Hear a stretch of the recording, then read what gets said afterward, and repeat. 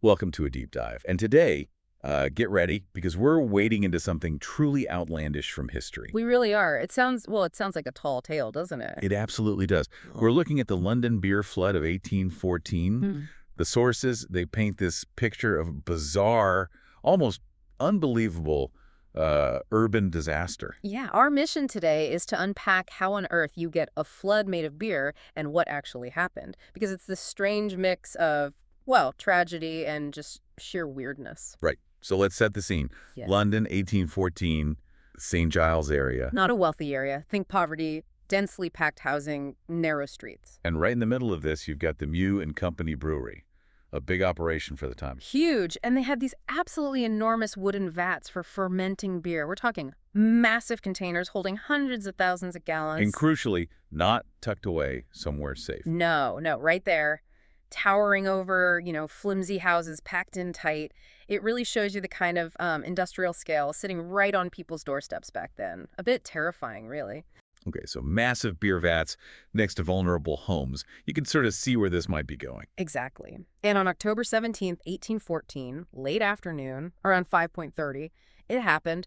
One of the biggest vats, I think it was something like 22 feet high. Wow. Yeah, holding roughly 135,000 gallons of porter.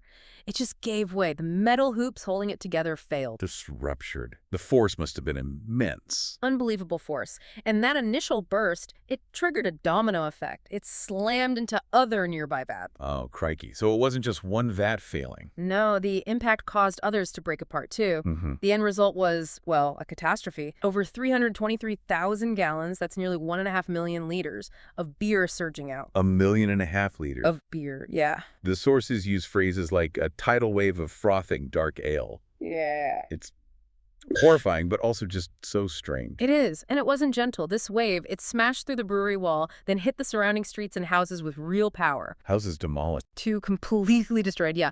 And it knocked down the wall of the Tavistock Arms pub nearby. People were literally caught in this chest-deep current of beer. Chaos. And here's where the almost conical idea of a beer flood hits a really tragic reality. Absolutely. Because despite the absurdity of what was flooding, the result was deadly serious. 8 people lost their lives. How? Was it drowning or? A combination. Some drowned in the beer, particularly in basement dwellings that filled up rapidly. Others were killed by the force of the wave, blunt force trauma from debris being carried along. Gosh. There's that detail about the little girl and her mother in a basement. Yeah, caught completely unawares. Just tragic. Their home simply filled up. The cleanup must have been Unimaginable. sticky, smelly. A nightmare. Everything's soaked in beer. And then there's that detail, isn't there? Yeah. Amidst the absolute horror and rescue attempts. People trying to collect the beer. Yeah. Residents apparently came out with pots, pans, whatever they could find, trying to scoop it up. It sounds surreal, but it probably speaks volumes about the poverty, Even in disaster, free beer was something. And the smell must have lingered for ages.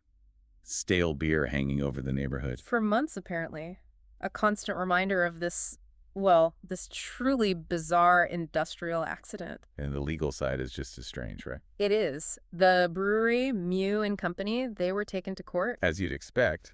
Surely they were found liable. Well, no, they actually weren't. The ruling came down to it being an act of God. An act of God? For a vat bursting? That seems odd. It does to us now, yeah. But it was a legal argument back then, basically saying it was an unavoidable accident, beyond human control, like a natural disaster. Applying it to equipment failure is, it tells you something about how industrial responsibility was seen then. Wow. An act of God for exploding beer. Yeah. It perfectly sums up the sheer weirdness of the whole event. It really does. Tragedy delivered by, of all things, a tsunami of porter. So, reflecting on this utterly strange piece of history, what does a beer flood actually tell us? Maybe something about, I don't know, the risks of city life back then, or how industry just sort of happened, regardless of neighbors. Or even how we decide who's to blame when something completely unexpected, almost farcical but deadly, occurs. It definitely leaves you thinking. It certainly does. That image of a beer wave crashing through London streets. Yeah. It's one you won't forget easily.